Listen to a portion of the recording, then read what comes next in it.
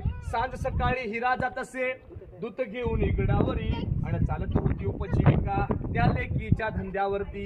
एके दिवशी दूत घालता हिरा क्षणभर विसावली, ध्यानी नाही तिच्या मनी. कधी सांज वेळ आटवून गेली, सूर्यदेवता मावळते झाले, बंद गडाचे दरवाजे.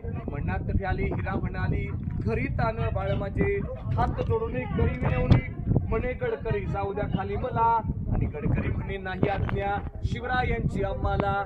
बाळाची ती आठव झाली, माय माऊली वेडी दिसी. गडा उतरून धावत जाऊनी, बाळा ती घे खुशी.